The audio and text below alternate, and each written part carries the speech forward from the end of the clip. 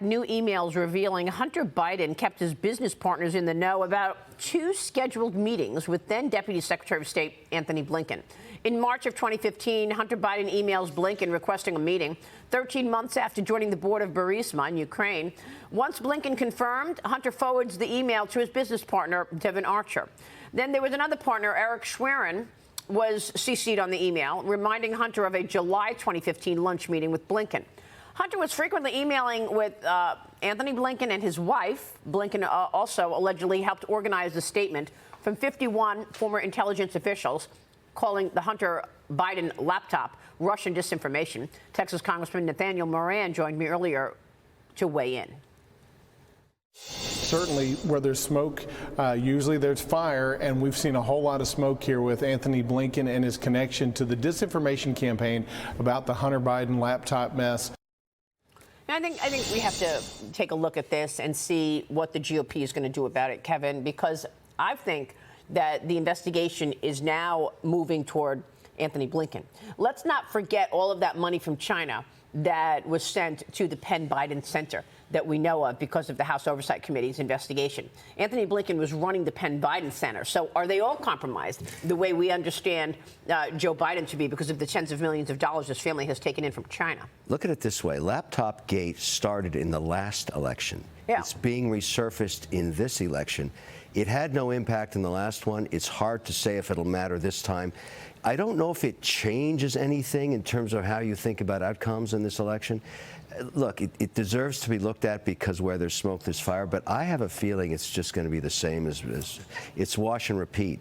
It's an issue. It's noise. It doesn't seem to matter. Because people don't understand why it matters. If we are looking at an administration that is allowing communist China to go put all of their companies listed on U.S. exchanges like the New York Stock Exchange and blow up all of our accounting rules in response to money that they're given, that's a big deal. And people need to understand. If you can draw the dots to China, then it has teeth. So far, that hasn't happened. But what about the laptop? I just want to go back to that because with the laptop, now Comer's got the bank records from Bank of America. All of that does add to your question mark about is there proof? Well, as the proof comes out more and more, as Comer continues his investigation. Well, look at it this way. If Hunter Biden I think we will see more facts. If he was on a roadshow trying to raise money for his fund, this would be bad. Yeah. It adds a really tough patina to his whole business. Well, here's James Comer with me on Sunday Morning Futures, when he told me about 6 specific decisions that he's looking at that Joe Biden made, either as vice president or president, and he's looking at whether or not those decisions were the reasons the family got paid. Watch this. There are 6 specific decisions that Joe Biden made, either as vice president or president, that are very concerning to us, that we believe could potentially lead back to payments that were made to these LLCs that were then laundered down to the Biden family members.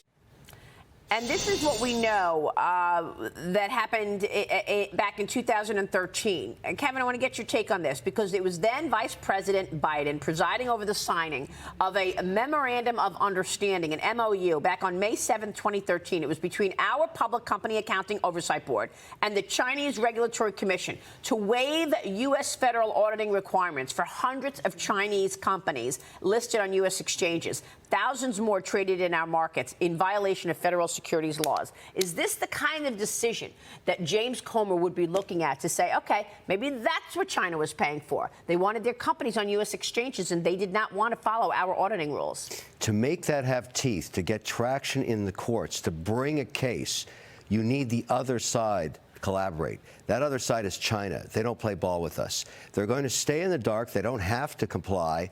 That's the problem with this pursuit. Why don't they comply with the auditing rules of the United States? All other public companies comply. We have extended them twice. And so I agree with you. I agree with you there. That's what I'm talking about. Why did we extend that? And now it's time. Everybody that's looked at this said 2 extensions is enough. They are going to have to comply within the next 24 months or get delisted. I get that. And I believe they will comply. At some point, you have to make them pay the price. Yeah, we'll see. Yeah, that's how it's going to be.